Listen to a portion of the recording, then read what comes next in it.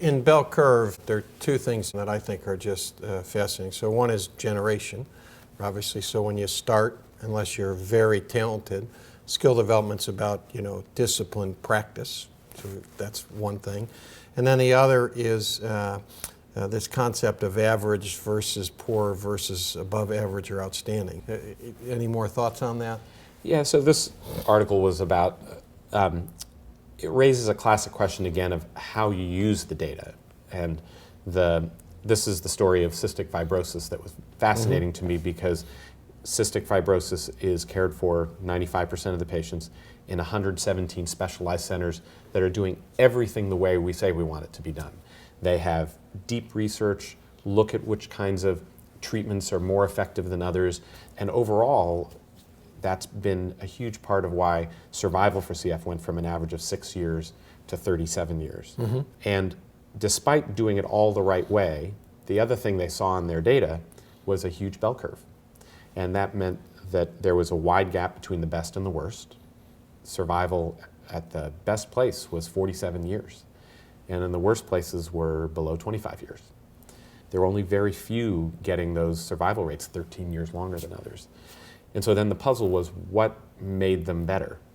And the short answer from going to visit, one of these places at the very top of the curve was in Minnesota, at the Fairview Hospital in Minnesota, at the time run by a guy named Warren Warwick. They decided to make that data transparent. Nobody knew who was at the top and no one knew who was at the bottom. And that meant nobody learned. You as a doctor didn't know. You knew where you stood, but you didn't know who was where. And they felt it was also a responsibility to show it to patients. It's on the web now. You can go on the web and find all of these curves and see where places stand. Nowhere reported that any patients moved. Instead, the practice has changed. So that when I read that and when I've thought about this, there were two parts that struck. So one is, and it's just a comment, the cardiac surgery world, particularly pediatric cardiac surgery, is actually pretty advanced in this similar sort of way. So their programs have been shut down if they fall below the threshold. The other was in reading about Dr. Warwick and then thinking about that is how unique he was and how scalable is that really professional human talent. Any thoughts about that for us? So I finished that article, and it turns up in my book, Better, a little bit pessimistic about the fact that, here's this special, innovative leader heading this organization. And what it taught me, what I feel like I've recognized, is that we're learning what it means to be leaders in medicine and the ways in which leadership can save lives. When programs choose leaders for their leadership capability, they start doing things like, let's go visit the people who are getting the better results and learn from them and do it ourselves. Let's hire really great talent. Let's, not just go by the resume and whether they, went to a fancy place. Let's actually really see if these people are as good as they claim to be. And so in this quality, safety, value initiative that we're doing in POSNA here, that's one of the drivers, is trying to figure out how people can be really collaborative, transparent, and yet still in some odd way competitive, meaning what's been shown in any instance is if you show a threshold or a metric, that everybody seems to rise. The whole boat rises, everybody gets better. I think it's partly about transparency, that if you expose the metrics and you don't make them high stakes metrics, I'm very leery of the idea that what we do is we say, hey, if you hit 85%, you will get more money. Because everybody games the metrics as soon as that happens. U.S. News and World Report. Yeah, they're no longer meaningful. But if they're about sharing knowledge with one another, being transparent, having registries that really show where we are and learn from that, over and over again you see phenomenal improvement. And if it's transparent, you also see places that have to drop out, that they just shouldn't be in that business. Right. I want to touch on just two more things and then we can wrap up. So one was if you could just describe this skill development that you write about, from the unconscious incompetence on up. Can you just walk us through that a little bit? I learned this really from the education folks who have been able to track how neurologically our learning process goes and what the process of improving from anywhere you are involves is first going from unconscious incompetence, Unconscious incompetence. Yes. going from unconscious incompetence to conscious incompetence. And just going from unconscious incompetence to conscious incompetence actually is an improvement. Yes. Because you start making improvements. You go from, then you want to be taken from conscious incompetence to conscious competence. Correct. But mastery is unconscious competence.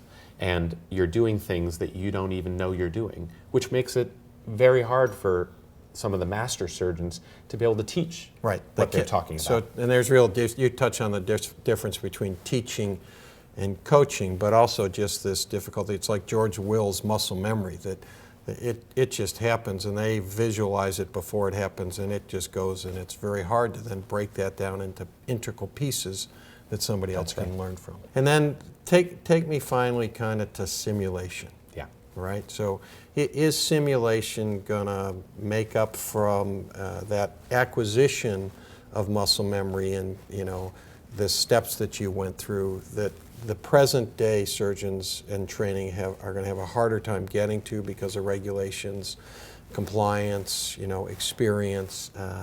Is it going to fill that gap? No. No. No. Look, simulation is turning out to advance. It's advancing very quickly, and it's proving to be extremely beneficial in things like teamwork training, Yeah. and practicing with a team, knowing how you handle emergency situations, how you have judgment under pressure. Some of the technical skills, in a few instances, there are laparoscopic and arthroscopic trainers, but it still doesn't give you some of that same feel necessarily.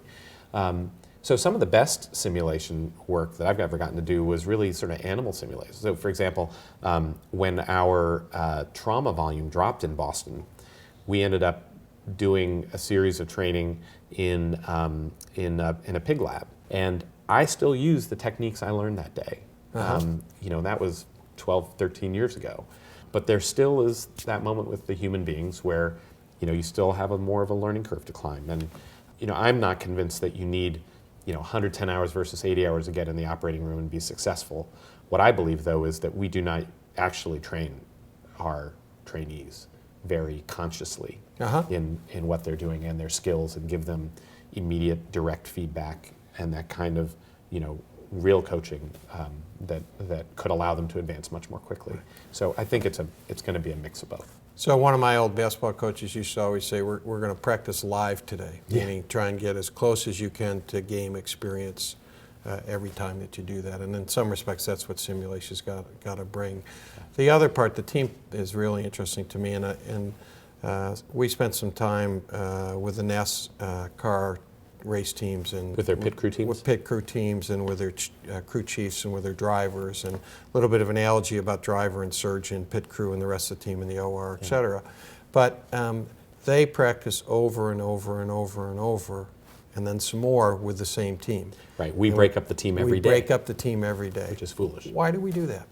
Because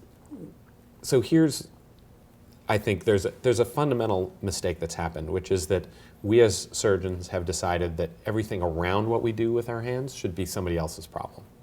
And so we let the operating room get run by non-surgeons. And if we don't actually take responsibility for the system and seeing that it is about what's required for the best possible outcome for the patient, while being, making it work for all the people who have to make it work for, we've given up multiple percentages of benefit to patient. Right. And that's a mistake. That is a mistake.